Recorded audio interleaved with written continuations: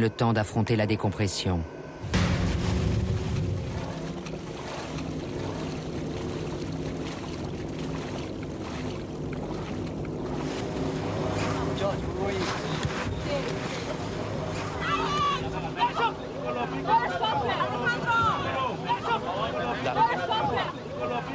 Combien de fois j'ai vu Pipine sortir en syncope? Et quelque part, lui, ça fait partie de sa démarche. Il sort de l'eau, et parfois il sort pas très bien, et en même temps, il est revenu. Il en est revenu de cette profondeur-là. C'est qu'il est revenu de la mort. Il a survécu à ça. Il s'est réveillé.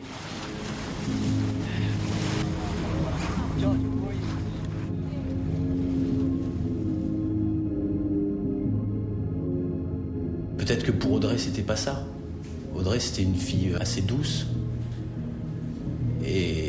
Et quelque part, ce système-là, ce fonctionnement-là, peut-être ne lui convenait pas.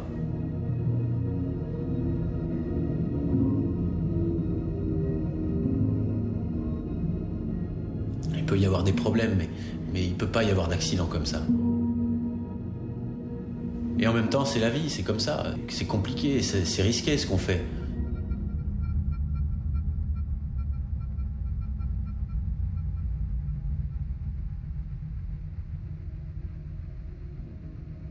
C'est tout ça qui m'a fait réfléchir à la sagesse qu'il faut avoir dans cette démarche-là. Aller lentement, tranquillement, pas forcément aller au record. Il n'y a aucune pression de quoi que ce soit dans cette discipline. Et c'est la douceur qui compte. C'est la composition avec l'eau.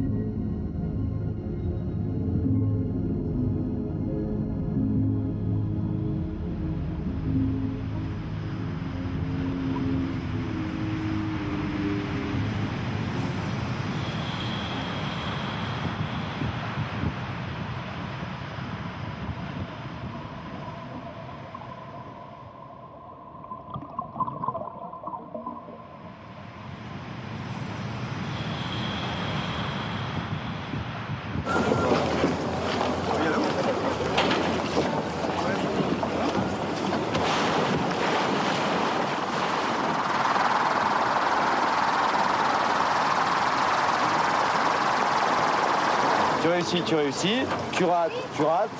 On recommencera la semaine prochaine ou dans 2 semaines. C'est extrêmement simple. Voilà. J'ai conscience des risques que je prends. C'est vrai qu'il faut y aller. Je sais qu'avec les années d'entraînement, on arrive à diminuer un petit peu toutes ces craintes. On en élimine certaines, on en contrôle d'autres.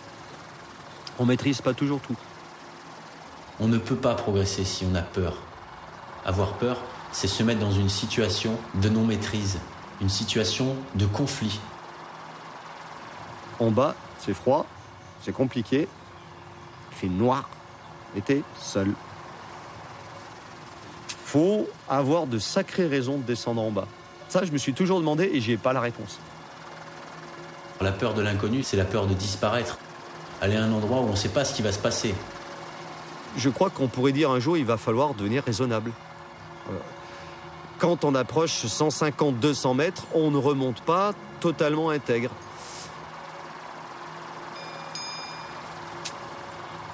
Moi, j'irai pas. Hein. J'irai pas. 6, 5, 4, 3, 2...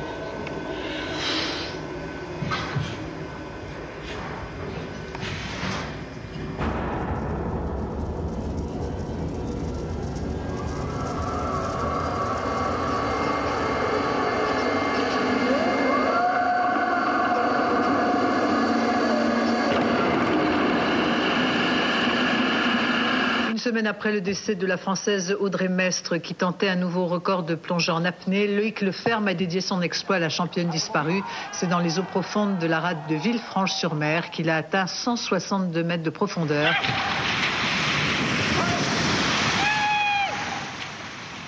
Comme si j'avais accumulé de l'expérience, accumulé une sorte de pouvoir, de puissance que j'avais à l'intérieur qui demandait juste qu'à sortir. Et en bas, vraiment, l'impression d'habiter là-bas, quoi. Vous nous aviez dit qu'il fallait en bas que je pense à remonter le plus vite parce qu'en fin de compte, tout le monde attendait.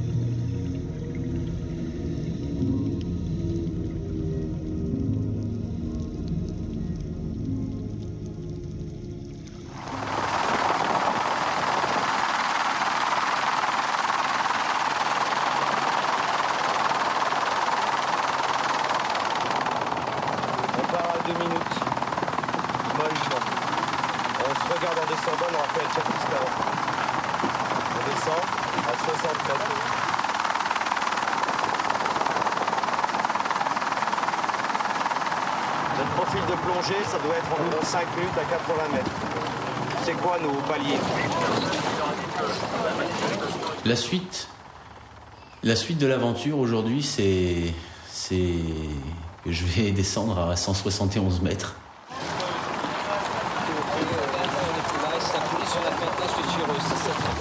Il y a les médias, il y a ma famille, il y a mes amis, il doit y avoir 150 personnes sur l'eau, peut-être plus. Je vais leur offrir ce spectacle.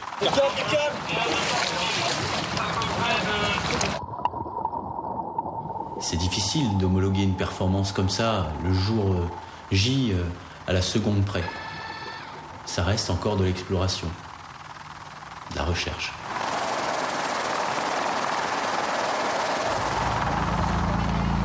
Le bateau, c'est où? Tu crois que c'est The wave is okay? Yeah, it's good. You're not sick? Good morning for you.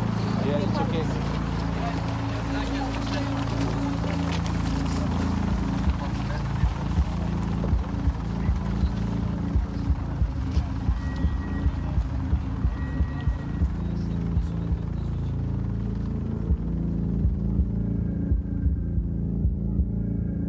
De la recherche, a dit Loïc.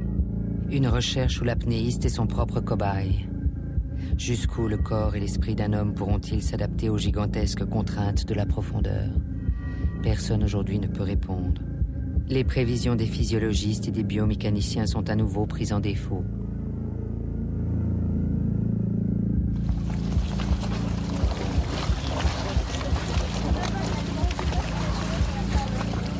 Sur chaque centimètre carré de sa peau s'exercera une pression de 20 kilos. Rapportée à la surface de son corps, la mer pèsera plus de 350 tonnes. La survie d'un apnéiste à de telles profondeurs reste un mystère. 5 minutes. 2:30. 1 minute. 9, 8, 7, 6, 5, 4, 3, 2, 1.